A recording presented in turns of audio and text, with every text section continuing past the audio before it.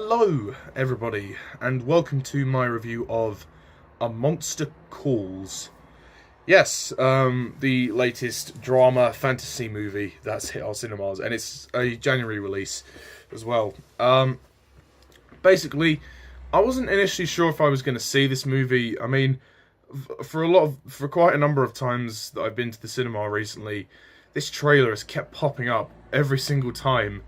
I mean, the trailer doesn't do it any justice, and I was just like, I eventually gave in and thought, okay, I'll go and see it. I mean, I had a choice today to see it. It was either this or La La Land. And to be honest, my cinema aren't showing this movie beyond tomorrow, so at the time I'm recording this. So it's the end of its run, which is surprising. It must have underperformed severely, which is a shame, really, because yeah, I really like this movie. I was very surprised.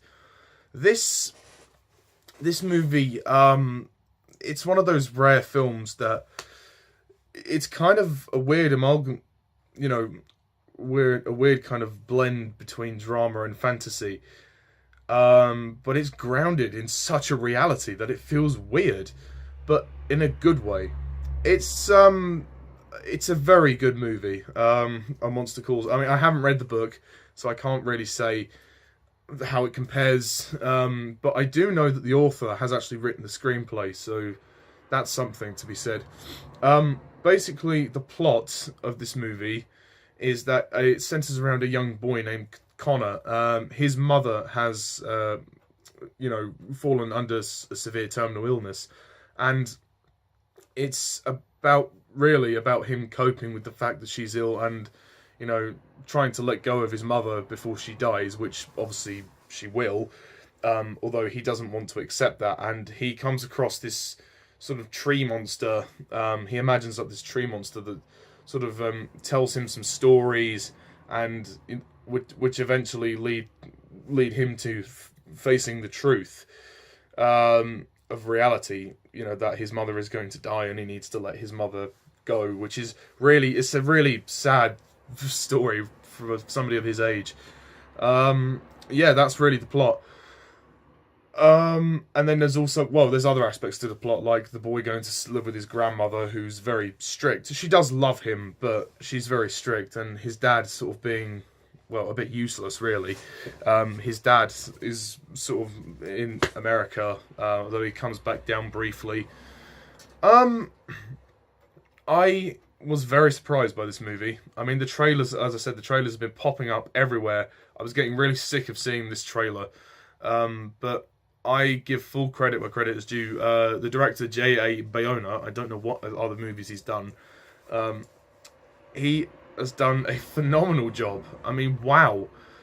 I mean, this is a really emotionally powerful film, and I would encourage you to all see it. At least watch it, at least see it for yourself before, it stops. It's one of those rare occasions. It's a weird amalgam around. I can't say the word. Blend. It's an amalgam between two sort of genres. I think that's the word. You know what I mean. It's it does have a strong dramatic storyline mixed in with the fantasy element of the walking tree. So I mean, one could argue that the monster is slightly reminiscent of Treebeard from Lord of the Rings, and also Groot from Guardians of the Galaxy. I suppose what I will say is this, that the monster might... If Groot and Treebeard had a kid, then it would be this monster. That's the only way I can describe it. Oh dear, it's I'm sorry, but that's what it feels like to me. So I think the plot is very strong, and I think one of the strengths of the plot is the fact that it's very symbolic and metaphorical, in the sense that you have a pretty realistic storyline with the mother being ill and the young boy coming to terms with that and trying to accept grief and trying to overcome that. But what is clever about this story is the way that they use the monster to mirror that. The monster is the way the boy can express himself. Connor, which is his name, Connor. The way Connor can express himself and express his emotions is through this monster, and he teaches him.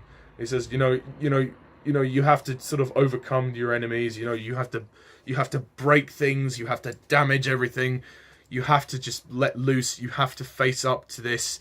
And Connor at first doesn't understand this, of course, being only like about 11. Or, I think he's about 12. Yeah, he's about 12. And so that was really interesting to see. And then all climaxing in him discovering the truth, that he realizes that he has to let his mother go, which is very sad. It's painful, but he understands that she's ill and she won't get any better. So essentially, it's also a coming of age story as well, because it's about the boy growing up and realizing how dark and, well, depressing the world can be sometimes. And that's really clever, and I think the story is wonderful, really, really wonderful, and visually beautifully brought to life. I mean, you have quite a sort of realistic light color palette with this movie, although the animation sequences are just breathtaking. I mean, when the monster is telling these stories to Connor, the visuals just light up. All of a sudden, everything becomes really colourful, and the monster himself is a great work of visual effects. So, again, very reminiscent of Treebeard and Groot. Kind of a love child, really. And I think J.A. Bayona's direction is superb. He keeps the film grounded. He doesn't let the fantasy element overtake the realism. He uses it to its advantage, and that's what I like. You're still invested in the emotion of the story, even more so because of this walking tree. So there is that element of kind of surprise that, this is suddenly a fantasy film, but it's a nice amalgamation between the two. That's what I was looking for. And let's talk about the characters. Connor, the young boy, my goodness, this kid, Lewis McDougall, this kid is a fantastic child actor. Seriously, this kid had better get more work after this. He is astounding in this movie. He's really, really good. I mean, wow, you just see his little heart break every 2 minutes because of this story. I don't know how he got to how J.A. Bayona directed this kid. This kid is so professional. He really understands the story, and he really understands the character and what he's going through, because it's real. The director has put him in this situation, and he's probably said to him, this is if putting yourself into your character's shoes, if this was your mother, how would you react? I mean, no acting required, really, but the acting that is there is fantastic, and he is an outstanding actor. Seriously, bravo. Fantastic. Lewis McDougall, you are brilliant. And I think this kid deserves an Oscar. He really does. He would be the youngest actor to ever win an Oscar, but I think, seriously, he is seriously that good. So, I mean, and he's the one that carries this movie. His imagination, and also his, coming to terms with grief, and, particularly in the climax when the monster is telling him, speak the truth. You have to, he's doing it forcefully, but it's his way of saying, Connor, you have to let go now. You have to accept this is going to happen. You can't keep avoiding this now. It's sad. Yes, it's sad, but you will get through it. You will overcome it. And I will be here for you. And, it's such a powerful message. This film deals with very mature themes like grief and despair and death. And it's heartbreaking to watch Connor go through this, because he's a 12-year-old kid, and his parents aren't together, and his mother is dying before his eyes. And I like the relationship between him and his mother. Felicity Jones plays the mother. She doesn't obviously have to do much apart from lie down in a bed, but she gives a very good performance of the mother, and you can see that emotional relationship between the two of them. It is really believable, and she does a good job. And obviously the very end of the film is heartbreaking. You also have Sigourney Weaver, who's in this movie as the grandmother. I mean, I'm surprised they cast Sigourney Weaver, but she's obviously of that age now where she can play the elderly women. Uh, I like Sigourney Weaver in this movie. She's good. For the most part, she's good. I do feel there are some occasions where her accent does slip because she puts on a British accent. You know, when she's like, "Oh, you're coming to live with me. Don't touch anything." I mean, because she's American, you know, she's trying to put on a British accent. And there's a couple of moments where she's like, "Connor," you know, it kind of slips. You know, Connor. You know, at times it sounds okay, and at times it does slip a little bit. So maybe she could have worked on the accent a little bit more. I know how difficult it is to do an accent like that if you're from America, but I'm pretty good at accents. You know, I can do a pretty good American accent. You know, I think I'm all right. You know, hey, Sigourney Weaver. You know, that's just my American accent. I mean, accents seem to come naturally more to some people than others. But I do think she was definitely in there. Her performance was in the right place.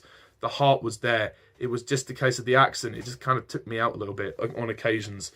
And I like the way her character is resolved in this movie.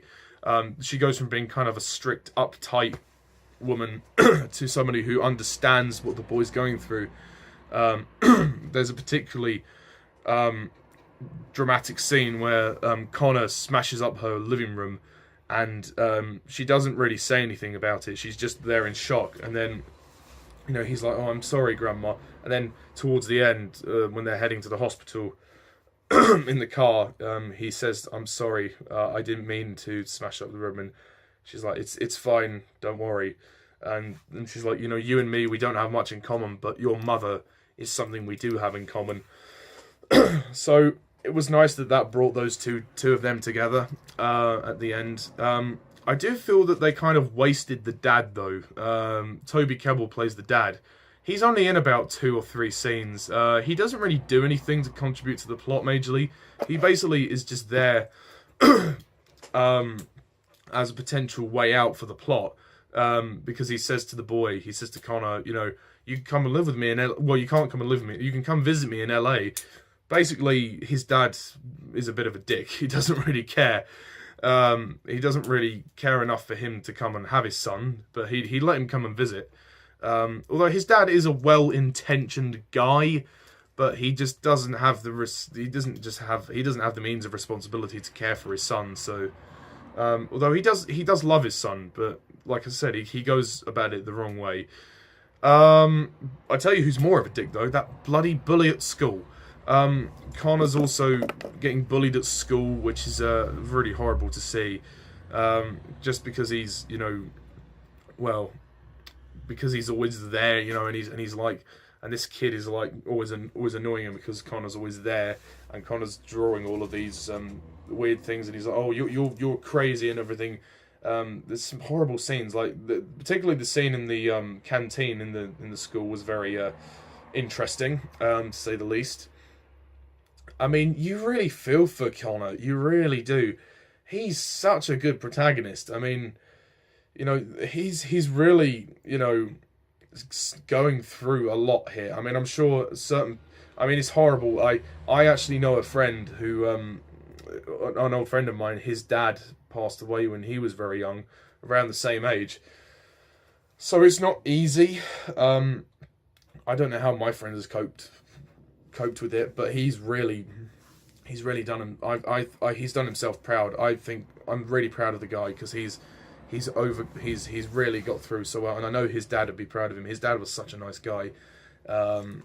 So in that sense, you can relate to Connor if you've been through a similar experience.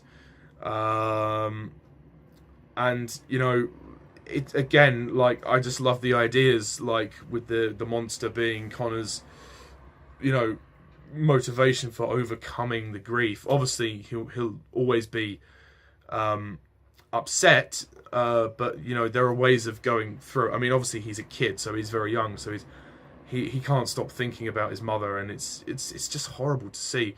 This movie is depressing. It is depressing. That's the story. The story is sad, but it's sad but it's sad but it doesn't end completely on a downer. You realise, okay, the story is fulfilled. There's a way out for Connor. Not necessarily the way he wanted, but it's a way that he's learned to accept. And the ending scene is really touching when Connor goes into the room, and you know, it's so lovely, so lovingly done. Is this a perfect movie? No, I don't think so. As I said, it is depressing. I do feel like the film needed a little bit more light relief just to balance itself out, because I mean, I did nearly tear up at one point as well towards the climax. I could feel my throat knotting up and the tears were coming down. I actually was crying, nearly crying. I'm surprised actually how much this movie hit me. I just think it needed a bit of light relief to balance itself out. It was a bit too full on, I think, at first. I think we needed to see maybe a bit more exposition as to how the mother got the illness, and a bit more of their relationship pre-illness, if that makes sense. So see how their relationship was before that. I know we have a flashback of the videotape, which is a very nice scene, but even so, it just would have helped for further exposition. I also feel, like I said, the dad is wasted. Like his scenes are really, well, not irrelevant. They're not developed enough. Like he needed to be there more. There's no resolution with his character. He's basically just the same. He's there and then he's gone. So I thought that could have been sorted out. And Sigourney Weaver's accent occasionally slipped, but that's just a nitpick. But other than that, this movie really surprised me. The music score is also very good. Liam Neeson does a good job as well voicing the monster. Something about Liam Neeson's voice. He's just got such a warm, kind of soothing voice. Probably why they cast him as Aslan in the Narnia films. I hope that they bring Liam Neeson back for the next few Narnia movies. I know they're doing the Silver Chair, so I hope that is something that's going to happen. But yeah, A Monster Calls. I really liked this movie, and I think it's a shame that it's not been performing very well. And I wish, because it only came out New Year's Day, so I would hope that, it's a shame that my cinema aren't showing it anymore, but I would hope that a lot more people go and see it while they still can. So yeah, fantastic. Really fantastic. It's not perfect, but it's very good. So I'm going to rate this one a 9 out of 10.